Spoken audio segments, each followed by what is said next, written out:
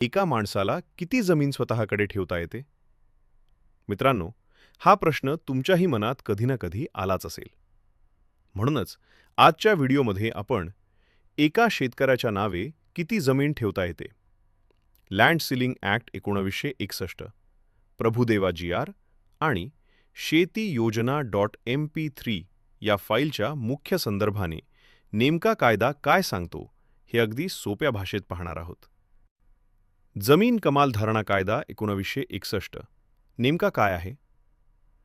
स्वातंत्र्यानंतर समाजात जमिनीचा असमतोल दूर करण्यासाठी आणि भूमिहीनांना शेती मिळावी म्हणून सरकारने महाराष्ट्र शेतजमीन कमाल मर्यादा अधिनियम 1961 आणला. मोठे भूधारक बऱ्याचदा आपल्या घरातील वेगवेगळ्या सदस्यांच्या किंवा ट्रस्टच्या नावावर जमिनी करून ठेवतात. त्यामुळे त्यांच्याकडे जास्त जमिनी दिसतात. पण कायदेशीररित्या एका व्यक्तीच्या नावावर जमिनीच्या प्रकारानुसार मर्यादा ठरवून देण्यात आल्या आहेत. 1. पूर्ण बागायत जमीन, पेरेनियली इरिगेटेड. ज्या जमिनीला बारमाही सरकारी किंवा खाजगी पाण्याची सोय आहे, अशी जमीन एका व्यक्तीच्या नावावर जास्तीत जास्त 18 एकर ठेवता येते. 2. हंगामी बागायत जमीन, सीझनली इरिगेटेड. ज्या जमिनीला एका हंगामापुरती पाण्याची सोय असते, ती जास्तीत जास्त 27 एकर ठेवता येते. 3. एक पीक सिंचन जमीन, वन क्रॉप इरिगेटेड. ज्या शेतात केवळ एका पिकासाठी पाण्याची सोय असते, अशी जमीन जास्तीत जास्त 36 एकर ठेवता येते. 4. कोरडवाहू/जिरायत जमीन, ड्राय लँड.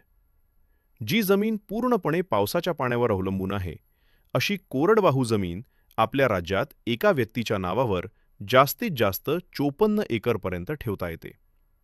म्हणजेच जमीन कोरडवाहू असेल तर एका व्यक्तीला 54 एकरपर्यंत जमीन स्वतःच्या नावावर ठेवण्याची कायदेशीर मुभा आहे. मर्यादेपेक्षा जास्त जमीन असेल तर काय होते? जर एखाद्या व्यक्तीकडे या ठरवून दिलेल्या मर्यादेपेक्षा जास्त जमीन आढळली तर जिल्हाधिकाऱ्यांच्या माध्यमातून त्याची कायदेशीर चौकशी होते. ती अतिरिक्त जमीन सरकार स्वतःच्या ताब्यात घेऊन लँड बँकमध्ये जमा करते.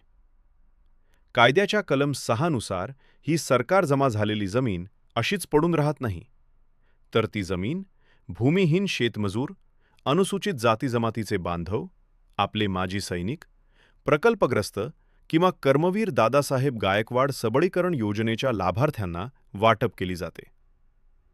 तर शेतकरी मित्रांनो, लोकांमध्ये अनेक गैरसमज असले तरी जमिनीच्या प्रकारानुसार 18, 27, 36 आणि 54 एकर हीच खरी कायदेशीर मर्यादा आहे.